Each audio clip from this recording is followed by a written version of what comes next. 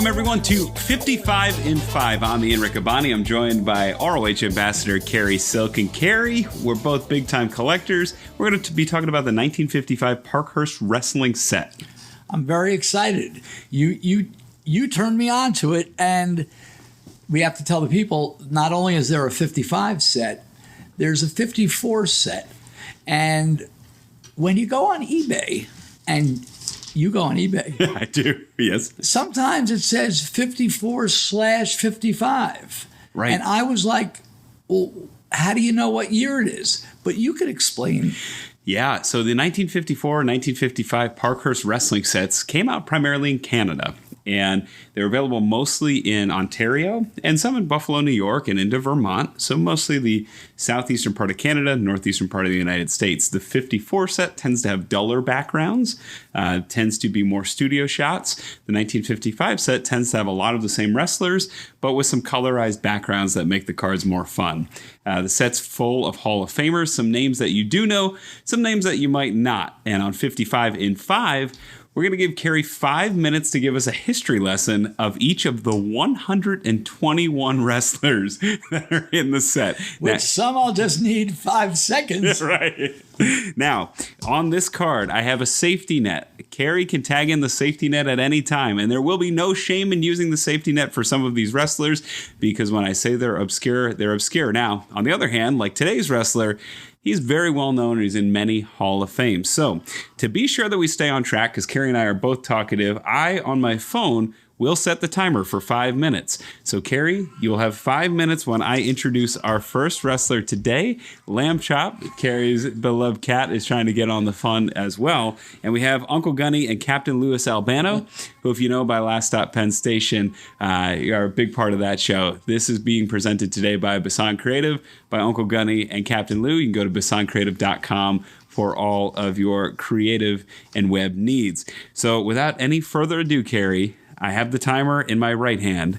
I have today's first of 121 in my left hand, and I have the safety net also. And I'm going to reveal it to the camera now. There, the folks at home will see it. Hopefully we'll shuffle it down to the bottom of part of your screen. And Cary, I'm going to ask you in 5 minutes or less to tell me a little bit about this man. His name is Verne Gagne.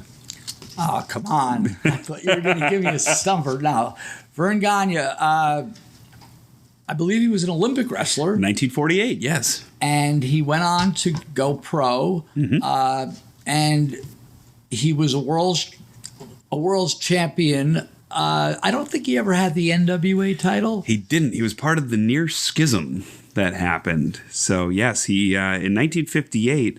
he won the championship from Eduardo Carpentier, but Carpentier's reign was disputed, so technically Verne Gagne never held the NWA title. You're right. So what Verne Gagne did, and probably I'm going to slightly botch this, but he created his own territory, his own federation, his own company, which was based out of Minneapolis. Right. And thus, being able to make himself champion, he was very well known in the area, mm-hmm. and he wound up holding the AWA, right, and which was Minneapolis, Chicago, stretched out to Denver, mm-hmm. Into Canada, and Verne Gagne was world traveled, and he was also one of the great trainers, right.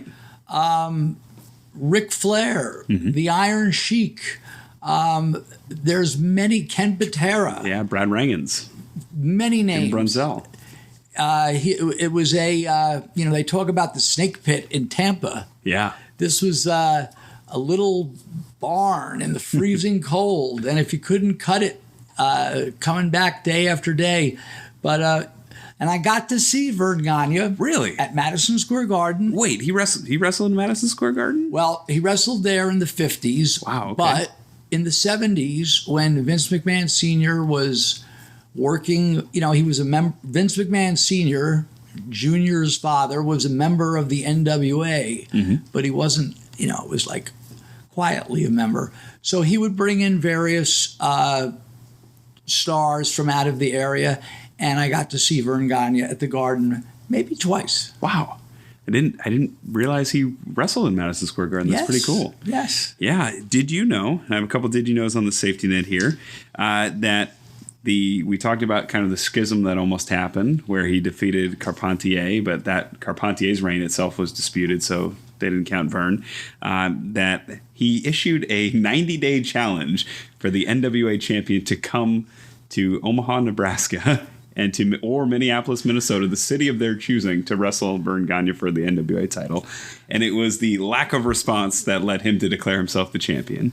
Never knew that. And I never knew it was called a schism. Not quite the Martin Luther schism of the church. Why was I laughing? Well, we'll go. If you're going to enjoy the 5 and 55. 55 and 5, 55 and 5. Then you're going to enjoy Last Stop Penn Station. And there's a word that rhymes with schism. That's referred to. Well, we have 1:30 left. I got a couple more quick facts for everybody here. He was a 10-time AWA champion. 10 times. That's crazy.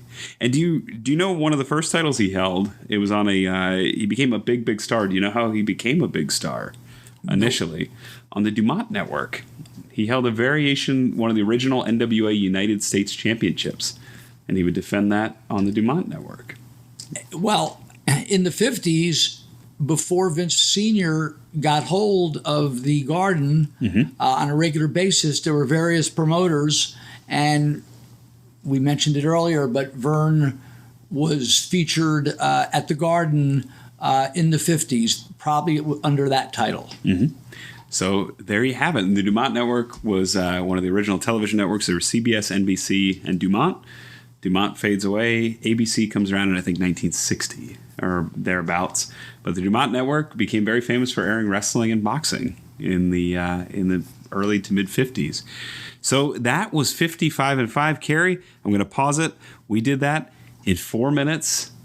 And let me do the math. 4 minutes and 34 seconds. We have 26 seconds left. So we learned a little bit about Verne Gagne today. Thanks, Cary. Very nice. Yeah.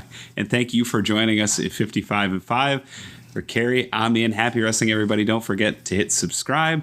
Check out Last Stop Penn Station. And check out our friends at Bisson Creative who helped put this and Last Stop Penn Station together today. Thanks, everybody.